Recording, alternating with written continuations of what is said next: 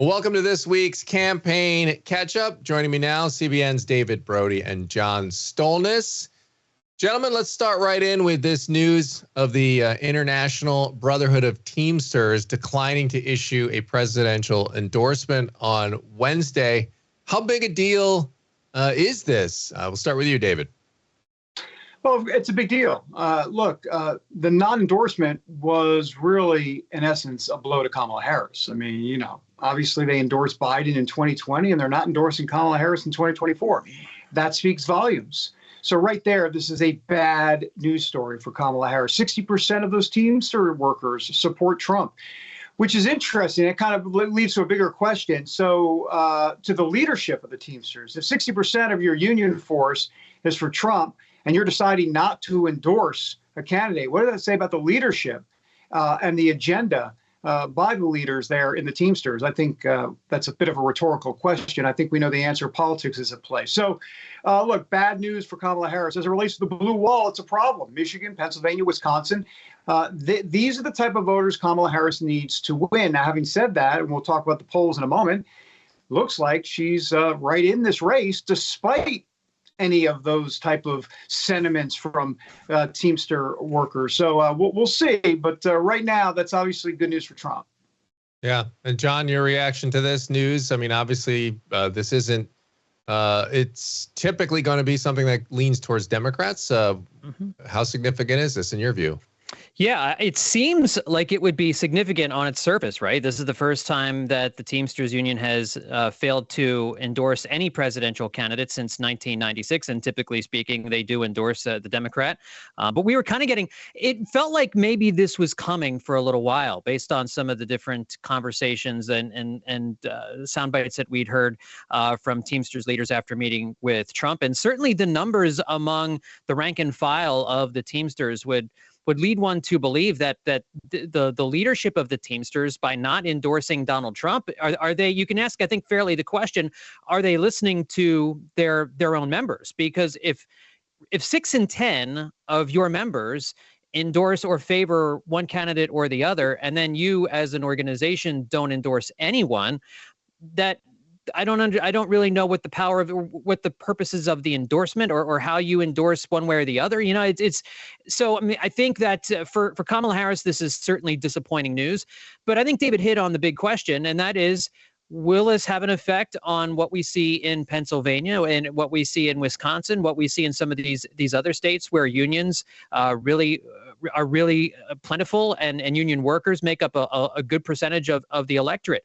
And I think what we've seen in this campaign so far is we just don't know anything. I mean, that's none of these numbers really kind of make a whole lot of sense in the way that some of the numbers now are breaking for Kamala Harris in some of these states. And then you see these Teamsters numbers and it makes you stop and think for a second. So as far as like what this means for Election Day, I'm not sure, but it certainly is not good news for Kamala Harris. One of the really first pieces of bad news that her campaign has gotten since she launched. All right. So, David, you mentioned those polls, and, we talked about it at the beginning of the week. I mean, has there been any movement at all in either way? I mean, where are things tracking right now? I mean, it's all over the place, John. You can talk to the specifics of it, but I mean, the New York Times Siena poll has it as a tight race nationally, but in Pennsylvania, Kamala Harris up 4. But then again, Rasmussen came out, and I know a lot of people say, well, Rasmussen is more of kind of a little bit more of a Trump weighted poll, if you will. They'll deny that. But the point is, Rasmussen comes out and has Trump +8 right now nationally.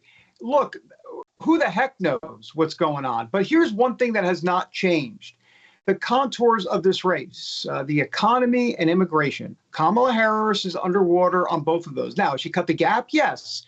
She's cut the gap compared to Biden, for sure. But she's still behind.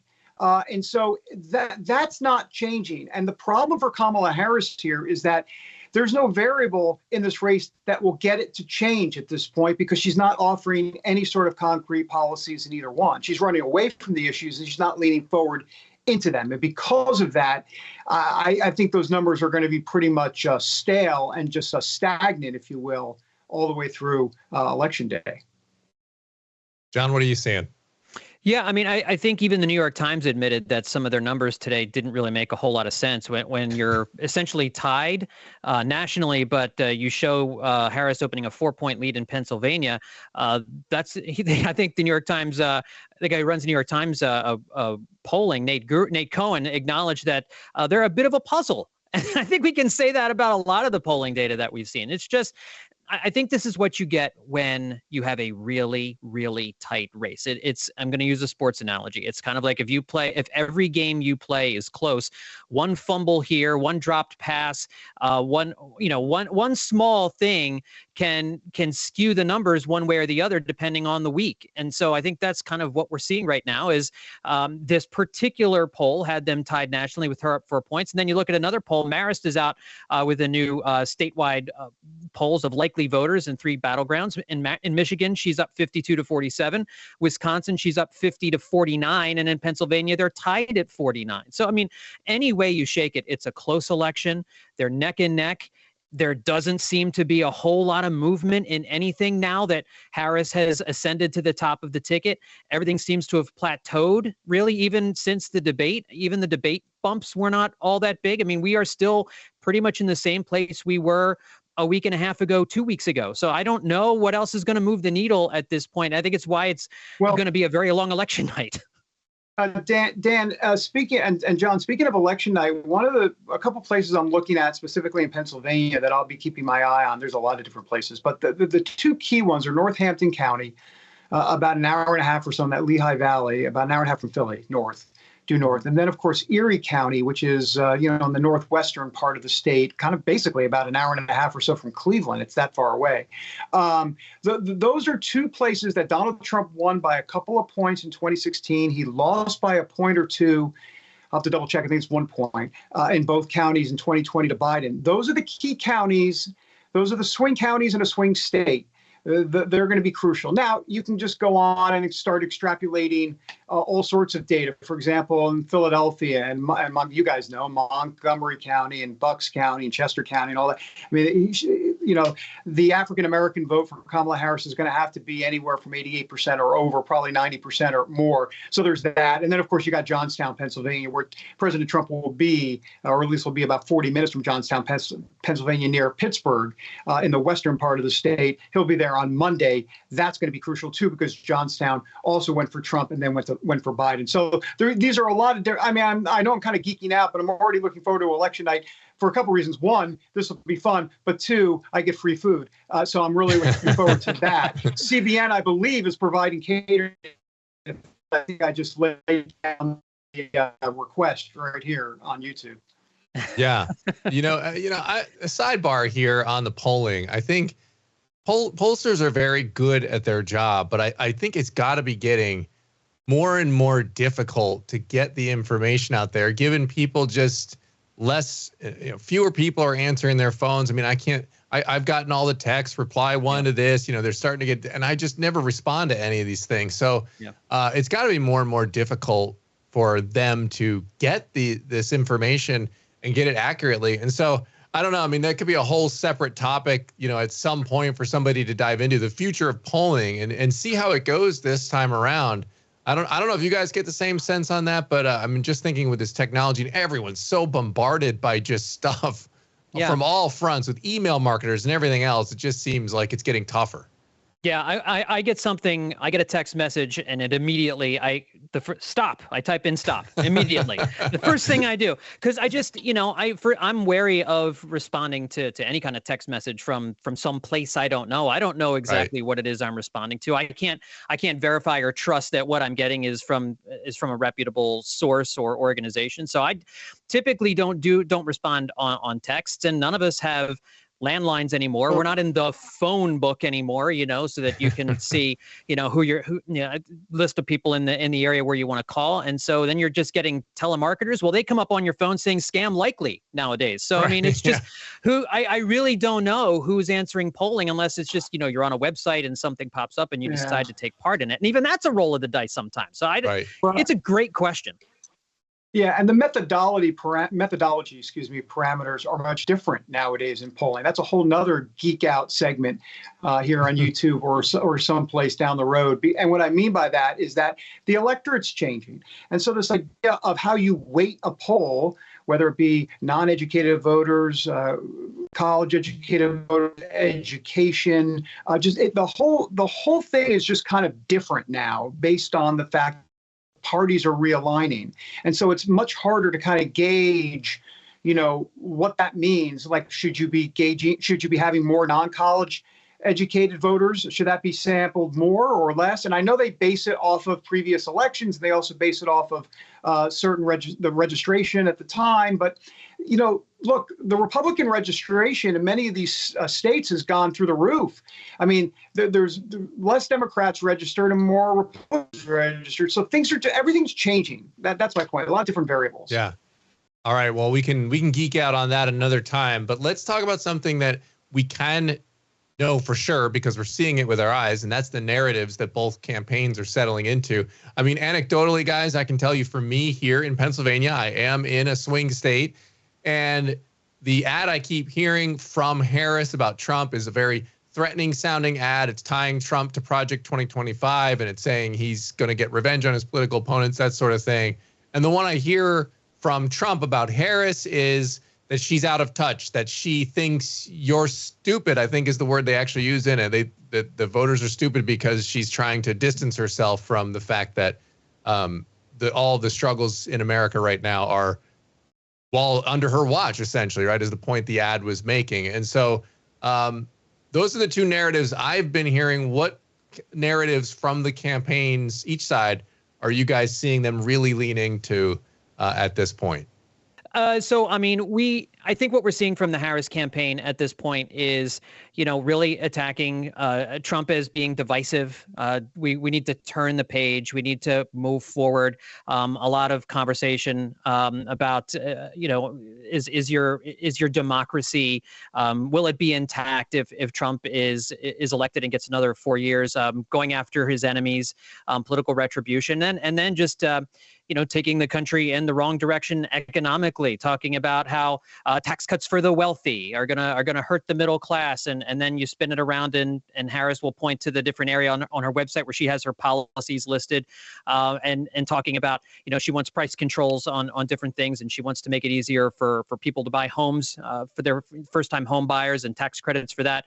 So you have, and on the Trump side, obviously a lot of it is still Kamala Harris is a communist in sheep's clothing. She's going to take, she wants abortion up to the moment of viability. I mean, it's a lot of these same things that we've been hearing on the debate and on the campaign trail. And the thing with these with the ads is they're designed to do two things, which all candidates do this, and it's been happening for a very long time. No gambling in the casino is taking place, everybody, and that is you want to rev up your base to get out there, and you want to scare the other people into not voting for the other person. And so what these ads try to do is accomplish both of those things at the same time. And for people who aren't into the minutia the way that the three of us are, and a lot of folks who cover politics for a living, you're not following the day-to-day. You don't hear all of the stump speeches. You don't know everything. So you're taking all of this input in, and you got to decide, I think, which you probably are looking at these ads and sounding which sounds more believable. And that's how you're making your judgment on a lot of these kinds of things. Yeah, I agree with all of that. Here's the thing.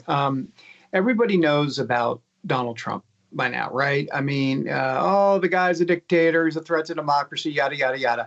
So that playbook has been used by Hillary Clinton. It was used by Joe Biden. Now it's being used by Kamala Harris. Everybody, I mean, it's tired. And I'm not saying it's true or not. Every voter will decide that.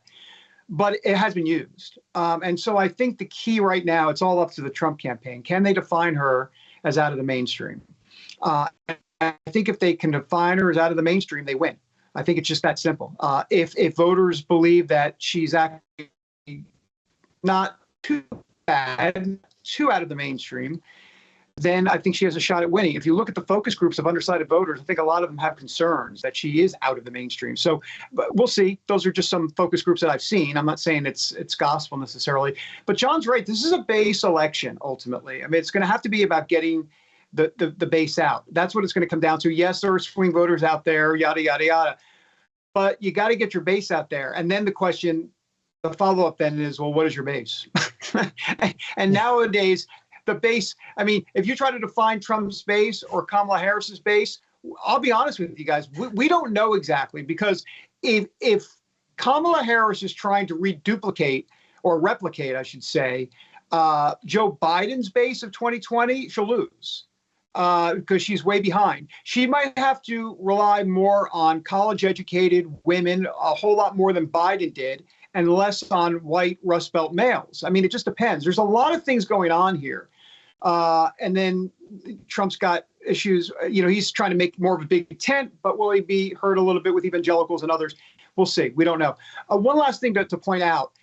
I have noticed a subtle shift in what Trump's campaign is trying to do. I don't know if you saw this in the last 24 hours or so. He's been on Gutfeld. He was on the Gutfeld show on Fox. He did not do Hannity. He did not do any of the New York Laura Ingraham people. Remember, he had that big, huge rally at Veteran Memorial Coliseum on Long Island. And then he went straight to Gutfeld. So why Gutfeld?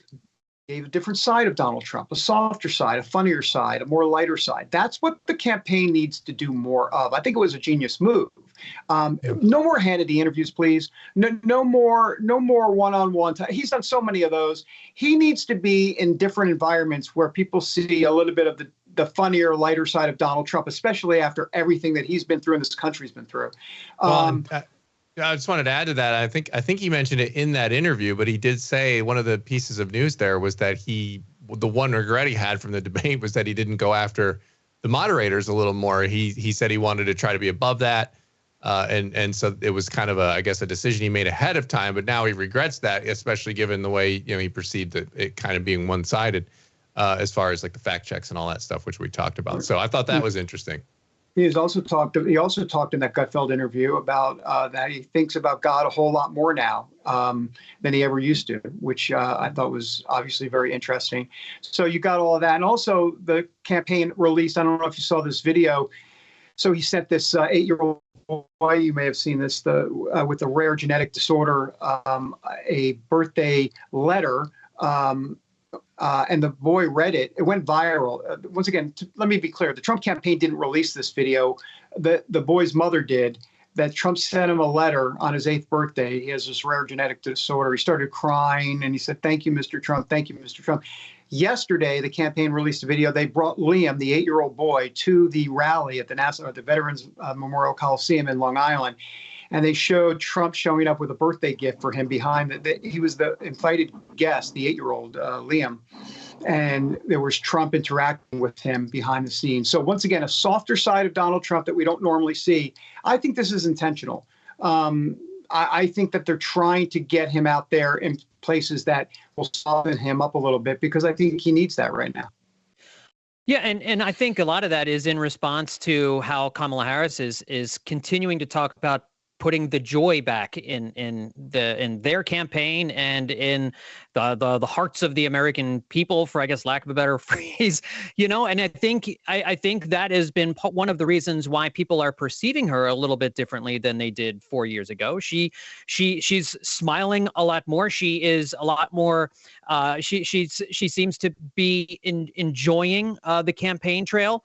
I think that's led to more enthusiasm among her base, whatever that is on the Democratic side. And I think the Trump campaign is seeing that and saying, listen, we're not, and I don't know if this is true or not, but looking at it and saying we are not unhappy people. We know how to laugh and have fun. We have joy in our daily lives, and so let's put Trump in audiences where that can be showcased. I mean, when Trump was hosting The Apprentice, he was, he certainly had a much more favorable Q rating than he does right now. Now, some of that is the nature of being a politician versus being a celebrity, but you saw him in situations where, he could be lighter, where he could make jokes. And I think, trying to get some of that in the campaign is a result of how Kamala Harris's direction of trying to be more open about injecting joy into the campaign. Yeah, and I mean, look, and it's also a rebuttal of sorts to them sort of calling him a threat to democracy and all this stuff. Because, you see critics of Trump, I think Whoopi Goldberg said it, like, don't humanize him. And so I think trying to show, like David said, the human side of him kind of is a way to combat perhaps that angle. I mean, the Bryson DeChambeau video is another example of that. Like that everyone, that thing went viral and it seemed like they just had a good time out there playing golf. And it is a side that you don't normally see of Trump on the campaign trail anymore. So last thing, guys, I want your reaction to this interest rate drop. That's a big deal. I mean, 0.5 point, and it comes right now here, just less than 2 months away from it. What are we in? We're in a month. Yeah, less than 2 months away from the election. Just checking my math there real quick. So how is each campaign going to spin this thing? I mean, it's political. I mean, that's how the Trump campaign will spin it. They'll say, well, of course they're going to lower the interest rate. The Fed's going to do that right before the election, and shame on them for doing it. It's political. But let's also remember, I can't imagine that, and you correct me if I'm wrong, guys. Do you think there's swings? Do you think there's undecided voters in swing states out there going, wow, that interest rate's now 0.5 point lower? You know what? I'm going to vote for Kamala Harris because, I mean, are people really doing that? No, I don't think so. I think the cake has been baked for a while in the economy. I don't think this really matters much. That's my view. I mean, matters much politically. I'm not saying it doesn't matter to homeowners and others. Right. Well, and I think that's the only way that this could matter is that if mortgage rates, again, are lower right now than they've been in a year and a half. And one of the things that has frustrated the American people most about the economy is the inability to buy a home, or how expensive it is to buy a home over the last, really since the pandemic. And so now with interest rates lower, you're probably going to see buyers on the market, which can potentially spur the housing industry. Now, is there enough time for that to have an impact on this election? I don't know. But that is certainly how the Harris campaign will spin it. It's going to be easier for people to take a loan on a house because the interest rate is going to be much lower. And that is a tangible way that people interact with the economy. Now, it also is an indication the Fed is telling people that they no longer are more worried about inflation as they are unemployment. And so if the idea here is the Fed signaling, we believe inflation will continue to come down, that means they believe prices will continue to come down. It's trying to balance their dual mandate of getting down to 2% inflation while also managing unemployment. And I think the Harris campaign will spin this as, yes, prices were high. The Fed is signaling they're coming down. We've seen they're coming down. They're going to come down more. It's now easier to buy a home. And we did not have the recession that many economists predicted we were certain to have 2 years ago. So I think that's what we'll hear from the Harris campaign. But like David said, feelings on the economy may be baked into the cake at this point. They may have had their, that may be a fait accompli, but at the moment, I think that's the way the Harris campaign is going to paint these lower rate numbers. All right. CBN's David Brody, John Stolnis. Gentlemen, as always, thanks a lot. Have a great weekend. And we'll do it again next week.